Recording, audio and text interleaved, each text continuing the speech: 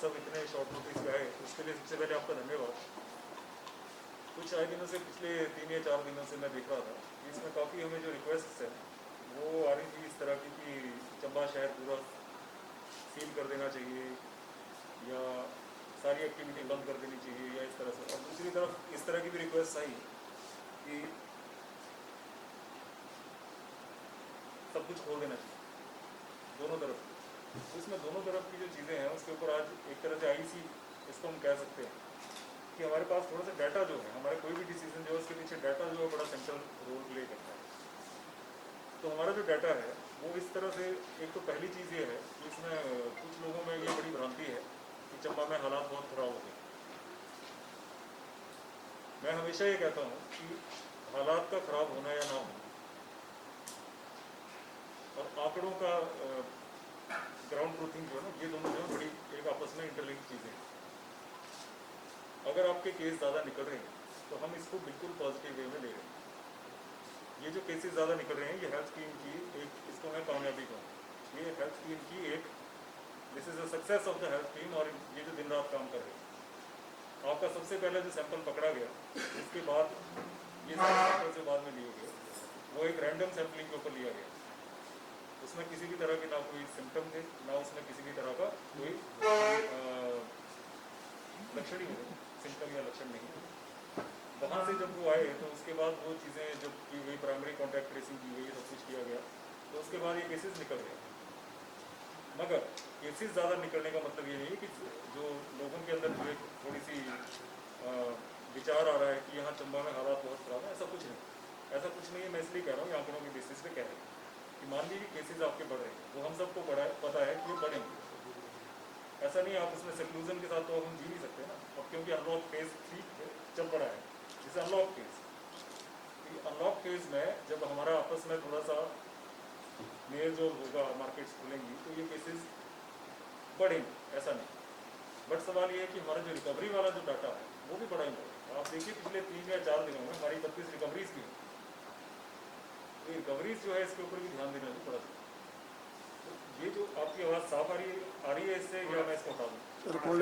ये इस तरह का जो एक है, वो सबसे पहले जो एक आम जनरल पब्लिक में परसेप्शन है वो नहीं होना चाहिए।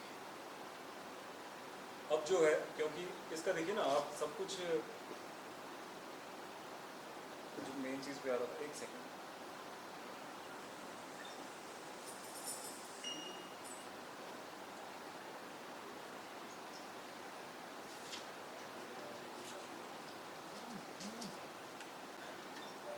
अभी जो टाइम हमारा है, अभी टाइम है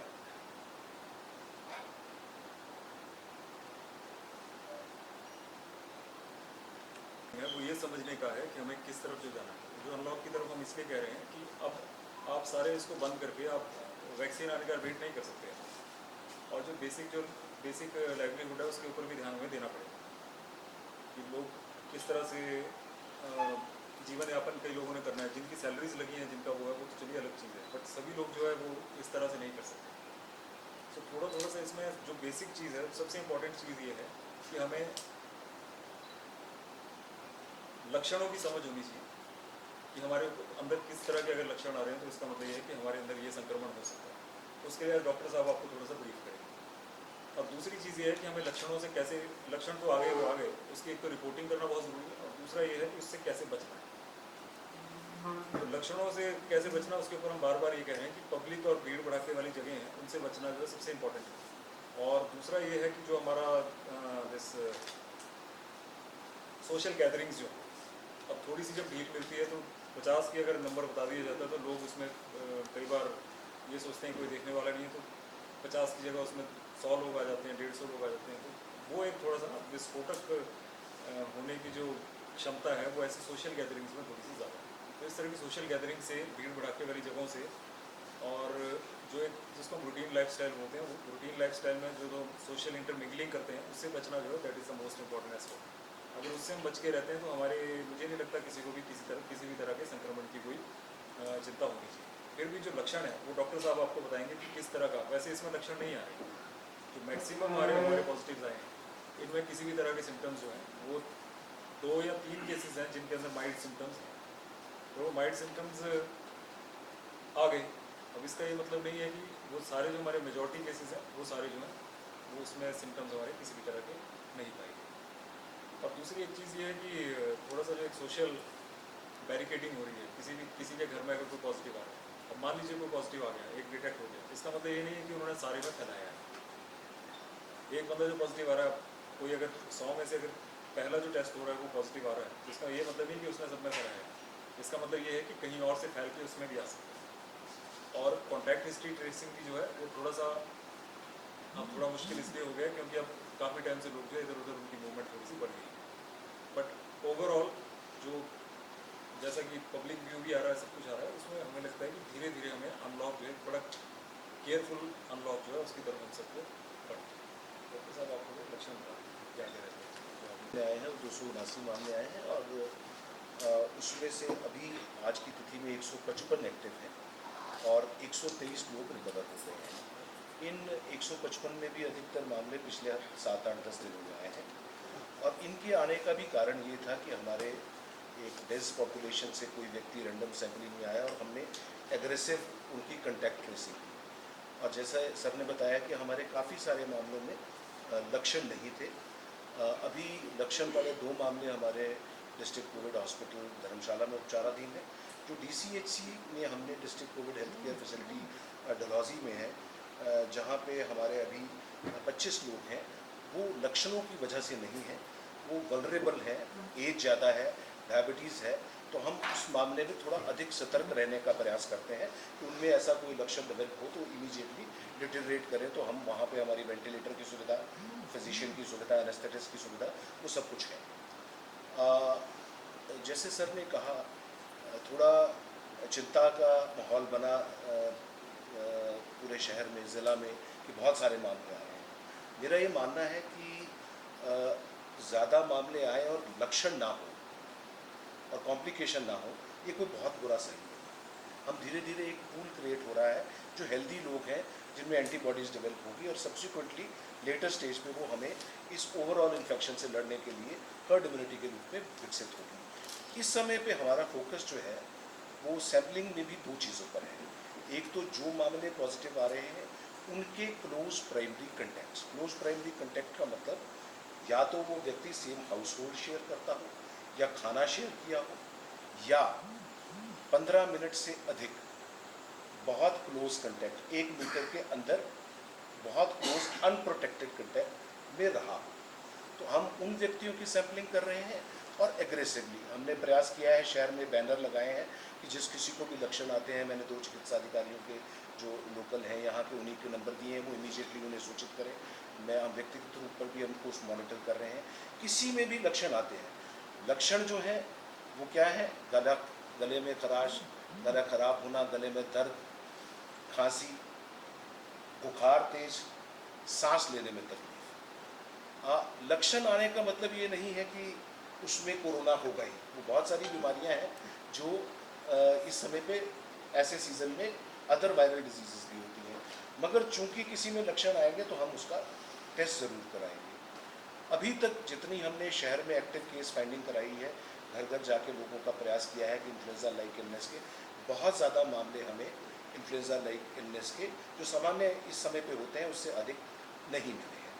तो ज़रूरत है कि हम एक लक्षणों के प्रति सतर्क रहें, और दूसरी ज़रूरत है कि जो हमारी वल्नरेबल पॉपुलेशन, 60 साल की अधिक की उम्र के लोग, जिन लोगों में मधुमेह, डायबिटीज़ की या हाइपरटेंशन की शिकायत है, अस्थमा की शिकायत है, या और कोई ऐसी बीमारी जिसमें शरीर की प्रतिरोधक क्षमता कम होती है, कैंसर है और इम्यूनिटी लोअरिंग डिजीज़ हैं, ऐसे लोगों को, गर्भवती माताओं को, छोटे बच्चों को अधिक प्रोटेक्ट करके रखें ताकि उनमें किसी से संक्रमण होने की संभावना कम से कम, क्योंकि ये वो ग्रुप है जिसमें कॉम्प्लिकेशन होने के चांसेस हो सकते हैं। हालांकि अभी तक का हमारा एक्सपीरियंस है कि हमारे जितने डायबिटिक मैंने DCHC डलहौजी में रखे हैं या बाकी लोग भी रखे हैं, उनमें भी लक्षण अधिकतर नहीं आए। तो ये एक अच्छी खबर है कि लक्षण कम आ रहे हैं, मगर आगे आने वाले समय में चूँकि संक्रमण अब जैसे अनलॉकिंग है तो फैलने की तो चिंता रहेगी, लोग अधिक लोगों में बढ़ेगा, नंबर बढ़ेगा तो वल्नरेबल पॉपुलेशन पॉपुलेशन का भी बढ़ेगा। तो हमें as a society, as individual हमें सतर्क रहना पड़ेगा, और जो बार बार प्रशासन की तरफ से भी, विभाग की तरफ से भी फिजिकल डिस्टेंसिंग, फेस कवर लगा के रखना, हैंड हाइजीन, कफ एटिकेट, बार बार अपने हाथ धोना, या ना पॉसिबल हो तो सैनिटाइज़र से साफ़ करना, अननेसेसरी टच कहीं ना करें। सोशल गैदरिंग्स, यहाँ पे भी जो संक्रमण के पीछे का एक कारण ऐसा लगता है कि छोटी पॉपुलेशन में, डेंस गैदरिंग में कुछ सोशल गैदरिंग्स हुई हैं, जिसकी वजह से तेज़ी से संक्रमण हुआ है। इस समय पर किसी के सोशल गैदरिंग कोई कर भी रहा है तो हमें अपना दायित्व समझना चाहिए, हमें वहाँ नहीं जाना चाहिए। तो ये कुछ चीज़ें हैं जो मेरे को लगता है कि जिनका हम पालन करेंगे तो हम आने वाले समय में थोड़ा बेहतर as a district and as a society perform करें। एक ऑप्शन भी दी है होम क्वारंटाइन की, अगर कोई आता है तो इसमें क्या होगा? होम आइसोलेशन, होम क्वारंटीन तो उन लोगों की है जो नेगेटिव हैं या बाहर से आए हैं। पॉजिटिव केस कोई आता है और यदि वो 60 साल से कम है, जिसमें और कोई कोमॉर्बिड कंडीशन, जो मैंने पहले आपसे बात की, हाइपरटेंशन, डायबिटीज़, अस्थमा या और कोई ऐसी बीमारियां नहीं है, और जिसके घर में सेपरेट रूम, सेपरेट वॉशरूम है, और जिसके लिए एक 18 से 55 के व्यक्ति, उम्र का व्यक्ति, कोई भी घर के परिवार का सदस्य जिसमें और कोई बीमारी ना हो, केयर गिवर बनने के लिए तैयार है, ऐसे लोगों को हमने होम आइसोलेशन की सुविधा दी है। उन्हें उस कमरे में, उनके हम एक अंडरटेकिंग लेते हैं, उन्हें बुकलेट दी जाती है जिसमें डूज एंड डोंट्स होते हैं, उन्हें क्या करना है, क्या नहीं करना है। प्राइमरी केयर गिवर जो है वो उनको खाना सर्व करता है, सिर्फ एक उसके लिए भी डूज एंड डोंट्स की पूरी मुख्य चिकित्सा अधिकारी कार्यालय से आदेश जारी होते हैं कि उस व्यक्ति के लिए कौन केयर गिवर होगा, कौन मेडिकल ऑफिसर होगा डिटेरियोरेशन की स्थिति में, और कौन सर्विलेंस पर्सनल होगा जो रोज़ जाके उनके या टेलीफोन पे और फिजिकली जाके स्वास्थ्य की जांच, बुखार की, पल्स, और जो सेचुरेशन है ऑक्सीजन की, और टेम्परेचर इत्यादि की जांच करेगा। अभी तक पहले हम प्रयास कर रहे थे, पर बहुत ज़्यादा लोगों में, क्योंकि एक स्टिग्मा जुड़ गया था, तो बहुत ज़्यादा लोगों में वो नहीं एक्सेप्टेंस नहीं थी। मगर रिसेंटली हम 2-3 दिनों में प्रशासन के सहयोग से अभी हम 7 लोगों को होम आइसोलेशन में रखने में कामयाब हुए हैं, और वो लोग सारे स्वस्थ हैं। और अब उससे उत्साहित होकर अगले मामले जो आ रहे हैं वो तैयार होने के लिए होम आइसोलेशन। मगर इसमें हम पर्टिकुलर है कि हम गाइडलाइंस की अवहेलना, यदि किसी, हमारे पास कल परसों 2-4 मामले थे जो कह रहे थे नहीं जी हम घर में ही रहेंगे, हमारे पास बाकी व्यवस्था है, और उनकी उम्र ज़्यादा थी, हाइपरटेंशन थी, तो हम उन लोगों को ऑप्शन अभी तक नहीं दे।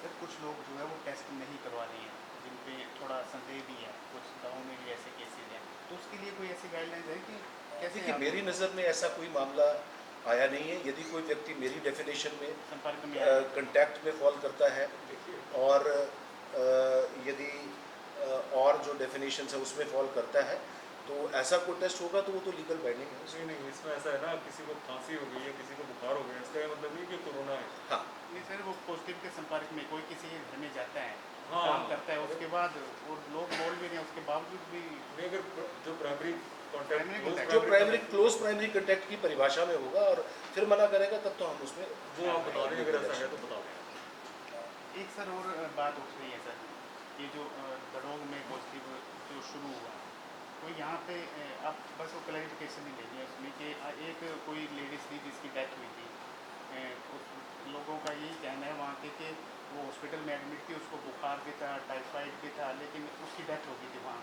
पर उसका जो है वो कोरोना टेस्ट नहीं हो पाया, नहीं करवाया है डिपार्टमेंट। मेरी कितनी सच्चाई? मेरी नॉलेज में ऐसी बात तो नहीं लाई गई। प्राथमिक तौर पे मुझे पता लगा था उस परिवार में मृत्यु हुई है, पर जो हमें पता लगा वो बताया गया कि घर में मृत्यु हुई है, और जब तक हमें पता लगा तब तक 6-7 दिन हो चुके थे, तो हम और कोई एक्शन, हमने उनके पूरे परिवार के टेस्ट जरूर लिए, उसमें कुछ व्यक्ति पॉजिटिव आए हैं, उन्हें हमने अप्रोप्रिएट फैसिलिटी कराई।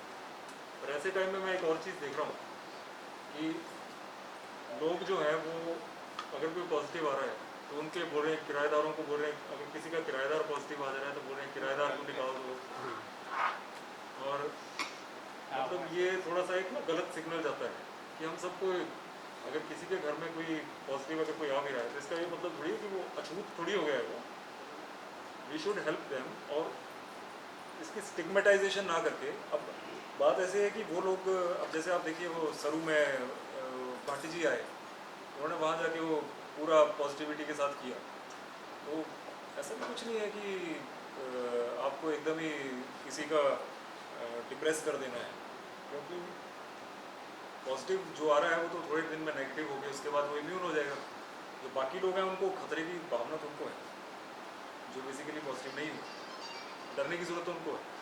तो जिस पे क्या कार्रवाई रहती है प्रशासन की तरफ से, अगर कोई ऐसा किसी को डिप्रेस करता है, क्या प्रशासन से अपने को तो फिर कानून के अनुसार होगा ना, अगर किसी को हरासमेंट कर रहा है, कुछ कर रहा है, तो कानून के अनुसार होगा, कंप्लेंट देना? कंप्लेंट बेसिस पे सब ज़्यादा हो रहा सर। उसका डिसीजन करते हैं। बट मैंने आपको बता दिया कि बाज़ार बंद करना जो है ना, ये कोई सॉल्यूशन नहीं है।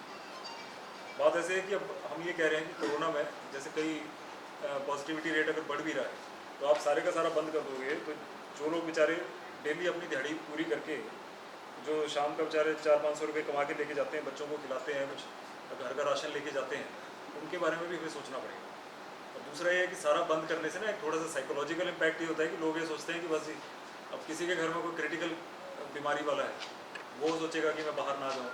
अब किसी को बीमारी है, किसी को कुछ लेना है, किसी को इमरजेंसी है, कई तरह की दिक्कतें सबको आती हैं, तो ये इस तरह का माइंडसेट कि सब कुछ ही बंद कर देना है, ये मेरे ख्याल से इसका सॉल्यूशन नहीं है। इसका सॉल्यूशन ये है कि हमें इसके साथ जीना कैसे है। और वो 2-2.5 महीने पहले हमने पूरी इसकी गाइडलाइन निकाली थी और डीसी ऑफिस के पेज पे डाली थी, वो एकदम आम भाषा पे डाली थी, हिंदी में भी है, इंग्लिश में भी, उसमें सारी चीज़ें बताई हैं। तो जैसे आपका जो चीज़ें हैं उसमें डाली, पब्लिक प्लेस में कैसे बचना है, हैंड वॉशिंग करते रहना है, और सैनिटाइज़र का प्रयोग, ये सब उसमें डाला हो, तो उसको थोड़ा पढ़ लें। और ये और कोई सवाल? सर आप होम क्वारंटाइन में पत्रकार वार्ता कैसे? हाँ जी, आप होम क्वारंटाइन में पत्रकार वार्ता मैं होम क्वारंटीन हूँ। सर आज की सुर्खियों में है, सुर्खियों में ये किस आप और किसने बोला है? विधायक 10 अधिकारी और नेता सीएमओ साहब की नहीं, पुष्टि है मैं होम क्वारंटीन नहीं, मेरी पुष्टि नहीं है जी, मेरे को नहीं, नहीं पुष्टि आज यदि सब चर्चा में मतलब क्यों नहीं, मैं नहीं, एक मिनट मैं उसको बता देता हूँ। होम क्वारंटीन की मैंने कोई पुष्टि नहीं की। मेरे से सवाल ये पूछा गया कि कोई लोग कोई गायक मतलब कुजड़ी बना के उसके संपर्क में आए, तो मैंने ये कहा था कि जो क्लोज कंटेक्ट में आए हैं और यदि उनमें सिम्टम आते हैं, नहीं, तो हम अच्छा टेस्ट करते मैं इसका बताता हूँ। अगर आपको कुंजड़ी मल्हार से अगर आपको कोई वो है, देखिए कुंजड़ी मल्हार जो है यहाँ का क्लोजिंग सेरेमनी, ठीक है, उसमें सोशल डिस्टेंसिंग के साथ वो सब वहाँ पे गए। अब जैसे अभी मैं मास्क खोल के बैठा हूँ, उस टाइम अगर कोई चीज़ सर्व हो रही है, कुछ हो रही है, बैठ गए, हम ऐसे बैठ गए, हर चीज़ की कोई वो होती है ना, उस टाइम सभी लोग बैठे हुए हैं। पर उस टाइम जो डेफिनेशन जो है प्राइमरी क्लोज कॉन्टैक्ट की, जो भट्ट साहब हैं उनके साथ जो गा रहे थे, उसमें भी तो नेगेटिव आए हैं। So it can not be ascertain कि उस टाइम वो पॉजिटिव थे, नहीं थे, जो भी है। और सारे लोग जो उनसे 3-3, 4-4 मीटर की दूरी पे बैठे हैं। 1 मीटर की दूरी हाँ, को ये- प्राइमरी कंटेक्ट हम मानते हैं। और ऐसा नहीं, अगर हम मेरी स्टेटमेंट सिर्फ ये थी कि जो व्यक्ति उस समय पे कोई 1 मीटर के अंदर आया है या उनके साथ क्लोज कंटेक्ट में रहा है, वो एज पर प्रोटोकॉल यदि वो सिम्टोमेटिक होता है नहीं तो सर, पहचान। मैसेज जो गलत गया है ना, सदर विधायक और डी साहब के बारे में बताया गया कि ये होम क्वारंटाइन हो गए 14 दिन अपनी है। पब्लिकली एक गलत मैसेज पहुंच गया। नहीं, लोग तो सोच रहे कि साहब अंडरग्राउंड हो गए, अब हमारे काम नहीं होंगे। अरे अंडरग्राउंड में 3 दिन छुट्टी पे था, मैं बाहर था गया छुट्टी कर गया होगा। आज की लेटेस्ट खबर है सर, आज की बात है। नहीं, मैंने नहीं पढ़ी ये खबर, अगर होगी तो ऐसा है नहीं। अगर होगा तो देखो ना, ऐसे अगर हम कहीं आएंगे ना, सबसे पहले हम खुद ही हो जाएंगे, हम उससे चल रहे हैं वॉलंटरी उससे। हम ये तो डॉक्टर साहब के साथ डेली है, ये तो इनफैक्ट ऐसे है कि शुरू में मैं आपको बताता हूँ। ये गलत मैसेज आ रहा है ना, मैसेज गलत आ रहा है ये। आपकी तरफ से क्लियर हो जाए ना ये बात। और ये मैं सीएमओ साहब को भी इसके ऊपर एक्शन लेना चाहिए ना, कि इनका बदल कैसे लगा वो पब्लिक में तो गलत चलो मैसेज इसको आ देख रहा है। लेते हैं। और मैं आपको शुरू में बताऊँ ना, मैं शुरू में जब कोरोना की जब शुरू हुई थी, तो मैं एक दिन राउंड पे गया, मेरे को लग गई हवा, और हवा में फिर मेरे को आ गया थोड़ा सा बुखार। और आप ये समझिए कि जो फ्रंट लाइन वर्कर्स हैं ना, हम तो हैं ही, हम तो चलो थोड़ा तब भी, जो सबसे ज़्यादा डर है वो हमें खुद रहता है। हम खुद डरे रहते हैं कि कहीं हमारे अंदर कोई लक्षण ना आ जाए। और जब उस दिन मेरे को थोड़ा सा बुखार आया, मैं खुद इनके पास पहुंच गया कि मैंने कहा अगर ऐसा है तो मेरे टेस्ट कराओ आप सबसे पहले। मतलब ऐसा नहीं है, हम खुद अपना टेस्ट कराने को, हम तो खुद वॉलंटरी तौर पे हम ये कहते हैं। और अगर ऐसी कोई स्थिति आएगी, हम तो खुद ही क्वारंटीन हो जाएंगे, ऐसा कुछ नहीं। पर ये कल आपका स्वतंत्रता दिवस, अगर ऐसा हो बता दो स्वतंत्रता दिवस की नहीं, चलिए उस चीज़ को छोड़िए, पर ऐसा मेरे ध्यान में नहीं था। ये अच्छा हो मेरे ध्यान में आप ये है, कोई पॉजिटिव का तो नहीं लिखा हुआ कुछ पॉजिटिव नहीं, पर पॉजिटिव हम सबको ना वैसे रहना है, पॉजिटिव जी वैसे नेगेटिव रहना बीमारी से, पर वैसे पॉजिटिव रहना थिंकिंग है। में पॉजिटिव सर। यस, थिंकिंग में पॉजिटिव, क्योंकि मैं उस दिन एक देखिए ना, मेरे पास कई लोगों की, जब हमने बंद किया तो कई लोगों ने हमें भेजा कि हम जी बड़े डिप्रेस हो गए, ये हो गया, घर के अंदर कैसे रहें। फिर मैंने इसके लिए एक आपका लाइव सेशन उसमें भी डाला था कि आप अच्छी मूवीज़ देखिए, कुछ अच्छा घर में पकवान बनाइए, बच्चों के साथ खेलिए, बड़ों के साथ बातचीत करिए, कुछ कॉमेडी के सीरियल्स देखिए, तो ये चाय पीजिए, घर में कुछ करिए। मतलब ऐसा क्या है, मतलब ऐसे चिंतित होने से तो आपका ये नहीं होगा ना। अगर आप चिंतित रहेंगे तो हो सकता है कुछ नेगेटिव टॉक्सिन्स बोलते हैं ना, जब आप नेगेटिव हो जाते हैं, डिप्रेशन में देखिए पता क्या होता है, नेगेटिव होना जो है ना, नेगेटिव होने में हमारे अंदर ऐसे टॉक्सिन्स पैदा होते हैं, उससे वैसे बीमारी लग जाती है। आपको कोरोना नहीं होगी या कोविड नहीं होगी बीमारी, आपको कोई और बीमारी होगी। तो इसलिए पॉजिटिव रहना चाहिए, पॉजिटिव चीज़ों को देखना चाहिए। ये एक मेरा थोड़ा सा आप सबसे रिक्वेस्ट है। और कोई अगर आपका सवाल है, कोई संदेह है, ठाकुर साहब। सर मार्केट के लिए क्या गाइडलाइन रहेगी? बता देते हैं, अभी बता देते हैं। मेन तो सर हमारा मकसद नहीं, आने का मकसद वही है जी। नहीं, बट ये देखिए ना, जो हमारा ये है, तो हमारी तरफ से जो ये है, मतलब हमें ऐसा लगता है, जो हमारी डिस्कशन भी हो रही है, लोगों से हम काफ़ी ले रहे हैं कि मार्केट्स को बंद करना जो है ना, वो किसी भी तरह से इसका सॉल्यूशन नहीं है। वो एरिया से कर दिया जाए ना जी, जहाँ पे हॉटस्पॉट है या कोई ऐसा वो बन रहा है। धीरे धीरे जो आपका कंटेनमेंट जोन है ना, आप दिल्ली में देखिए, जहाँ पे भी आपके मुंबई में देखिए, हॉटस्पॉट्स की जो कंटेनमेंट जोन्स की जो डेफिनेशन है ना, वो उतनी क्लोज होती है, नैरो डाउन। कई जगह ऐसा हुआ कि बिल्डिंग में आ रहा तो बिल्डिंग में, अगर किसी फ्लैट में आ रहा तो वो फ्लैट कंटेनमेंट जोन जी में जी जी जी ऐसा हो जाए ना जी। हाँ। तो पूरा शहर बंद करने से तो फिर प्रॉब्लम हो जाएगी ना। हाँ, तो ये आज चीज़ जो थोड़ा एरिया है सा ना जी, वो एरिया हो जाए तो उसमें बात- आज बेसिकली ना, मैं ये चीज़ जो है आपसे डिस्कस ये करना चाहता था, और ये फीडबैक भी लेना चाह रहा था कैसे। इन्होंने भी अपनी कुर्सी बचानी है।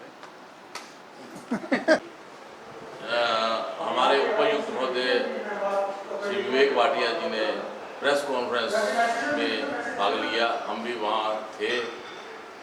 अभी तक जो बातचीत हुई है उसमें उपायुक्त महोदय ने यही आश्वासन दिया है कि सोमवार को जो है मार्केट खोल दी जाएगी।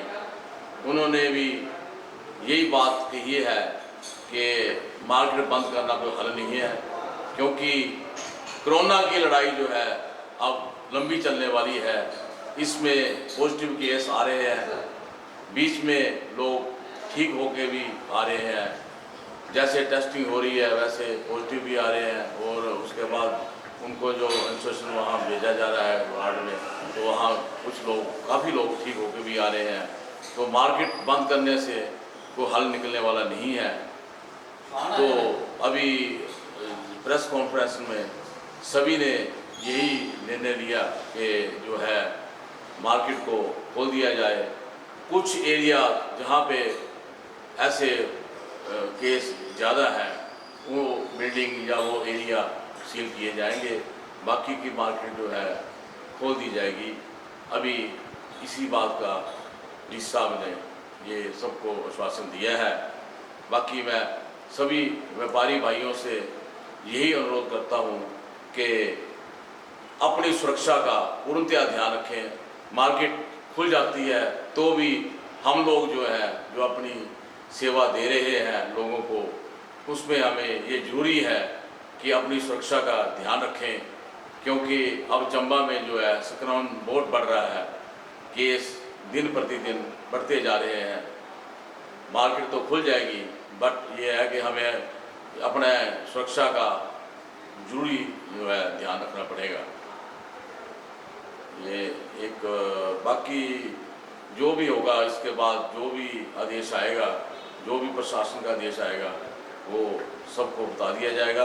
अभी जो प्रेस कॉन्फ्रेंस में जो हुआ है वो हमने बताया है कि अभी इसी चीज़ को लेके डी साहब ने बोला है कि वे मार्केट, हमने, क्योंकि हमने भी अनुरोध किया, उन्होंने हमारा पक्ष पूछा था कि आप व्यापार मंडल की तरफ से क्या आपका पक्ष है, तो हमने यही बोला था कि भाई अब हमारे व्यापारी भी यही चाहते हैं कि मार्केट खुलनी चाहिए, क्योंकि काफ़ी देर मार्केट पहले भी बंद रही, लोगों का काफ़ी नुकसान हुआ है। तो अभी भी जो है मार्केट लगभग 8 दिन से बंद है। कुछ लोग हमारे जो है बेचारे डेली कमाते और डेली खाते हैं, उनके आगे मुलाजिम हैं, जो होटल वाले हैं, ढाबे वाले हैं, हलवाई हैं, जो उनके और उनकी टाइमिंग के लिए भी हमने बोला है मोदी जी को कि जो हलवाई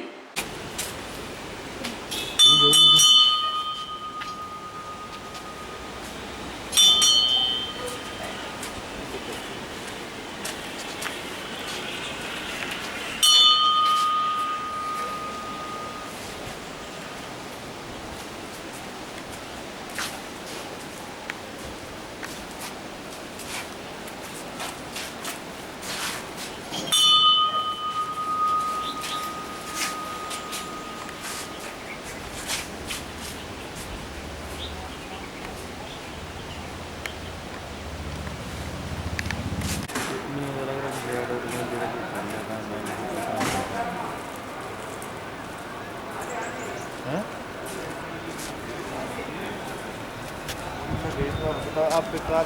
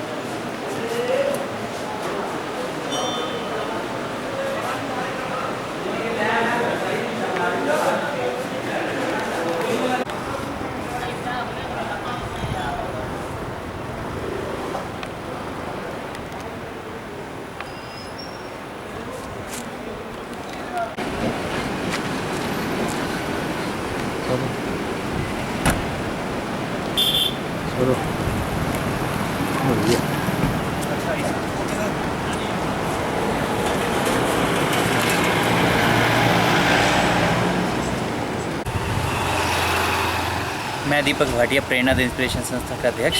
जैसे कि पहले लॉकडाउन में जब 23 मार्च से शुरू हुआ था, तब से लेकर आज दिन तक प्रेरणा द इंस्पिरेशन संस्था लॉकडाउन में अनेकों कार्य कर रही है, जिसमें राशन आवंटित कार्य का प्रमुख है। इसी कड़ी को बढ़ाते हुए एक बार फिर से जब शहर में सभी वार्डों में लॉकडाउन का फिर से शुरू हुआ है, तो प्रेरणा द इंस्पिरेशन संस्था के द्वारा पहले जब से लॉकडाउन है पिछले रविवार से, तब से लेके आज दिन तक जो भी ज़रूरतमंद है उसको राशन मुहैया कराया जा रहा है। ख़ासकर मोहल्ला धड़ोग और कसाकड़ा हमारी प्राथमिकता है। और इसके अतिरिक्त ज़रूरतमंद लोगों को दवाइयाँ मुहैया करवाना, और हॉस्पिटल में आजकल रक्त की काफ़ी कमी है, तो उसको लोगों को रक्तदान भी मुहैया करवाना, रक्त मुहैया करवाना।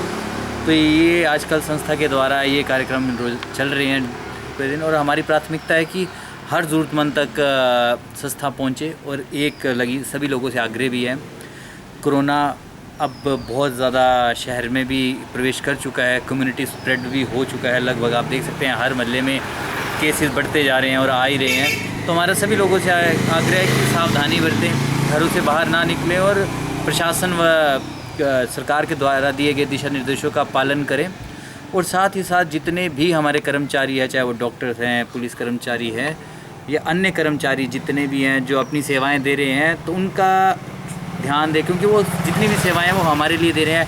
जहाँ एक तरफ कोई भी लोग घरों से बाहर नहीं आ रहे हैं, वो हमारे लिए अपनी सेवाएं दे रहे हैं अपने परिवार से दूर रह के। तो हमारा एक फ़र्ज़ बनता है कि उनके प्रति थोड़े हम संवेदनशील रवैया अपनाएं और उनको अपना समझें। और यही हमारा है। और प्रेरणा द इंस्पिरेशन संस्था आप लोगों से भी माध्यम से कहना चाहती है कि कोई भी व्यक्ति अगर आपको लगता है जो ज़रूरतमंद है, जिसको राशन की ज़रूरत है, तो हमारा नंबर है 7018605998 7018605998। तो इसके अलावा SDM महोदय के कार्यालय में भी आप संपर्क कर सकते हैं। तो हम चाहेंगे कोई भी व्यक्ति भूखा ना रहे, ये हमारा संकल्प है। इसके अलावा अगर आपको किसी को भी कोई ज़रूरत के चीज़ें चाहिए हों, दवाइयाँ या कुछ इसके अतिरिक्त भी, तो संस्था हमेशा तत्पर है। आप जितना भी ये कार्य है, मैं ये कहना चाहूँगा, ये आप सबके सहयोग से किया जा रहा है। इसके लिए हम पहले दिन से संस्था आप सभी की तहे दिल से आभारी है। धन्यवाद।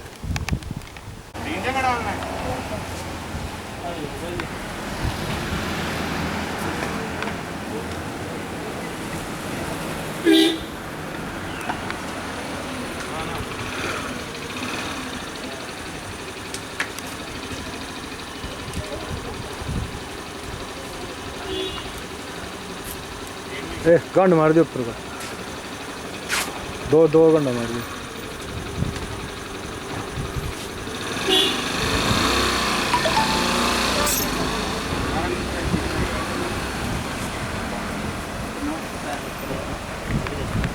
भाई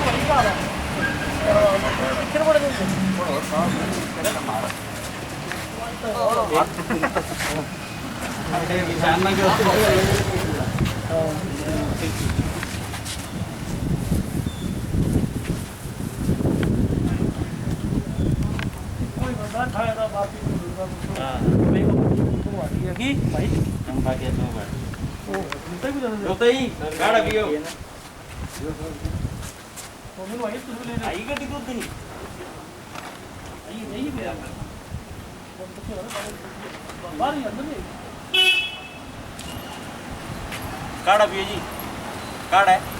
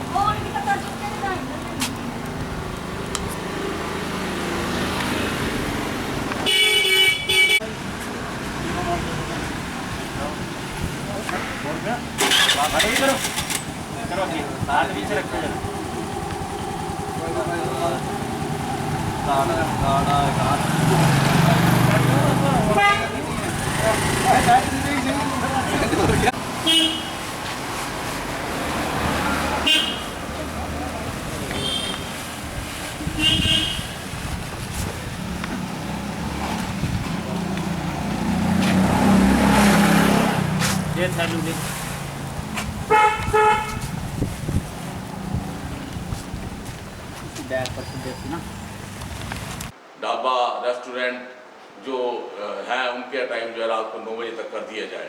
ये भी उन्होंने कहा कि ये 9 बजे तक हो जाएगा, क्योंकि उन्होंने अपना सामान बनाना होता है, उसके बाद लोगों को अपनी सेवा देनी होती है। तो हमने ये अनुरोध किया है कि उनका टाइम जो है 9 बजे तक कर दिया जाए।